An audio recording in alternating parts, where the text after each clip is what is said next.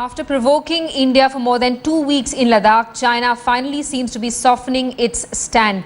After Jinping's rebuke to the PLA top brass and India not willing to back off, China has now called for a flag meeting.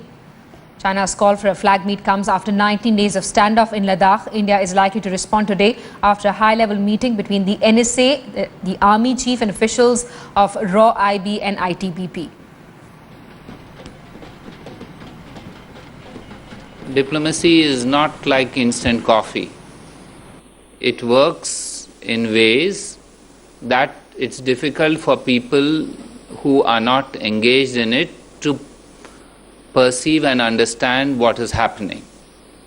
You are aware that India has at the highest level taken this up. The sudden turnaround in China's stance could be a result of India's tough response on the ground. Besides, the Chinese president had wrapped the army's top brass. This is also being touted as a result of Prime Minister Modi's cultural diplomacy by the government.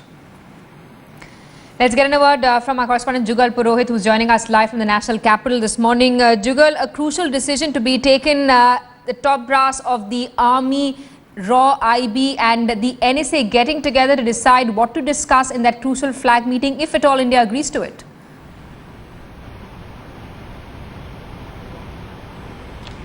Well, Simi, in terms of the kind of agreements that we have signed with China, there is no option but to actually, accede and give in to the request made by either parties for a flag meeting. So the meeting, of course, will take place.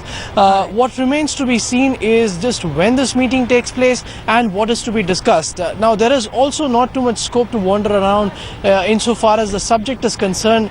Everyone is very, very clear that there is an internationally accepted border in the Chumar region, which is a rarity considering the entire line of actual control is almost entirely disputed. There is a very small section which has been agreed upon, and the Chinese forces, the border regiments backed by the PLA, violated the same when their president was here in India, and that they need to fall back. This is as clear as it can get.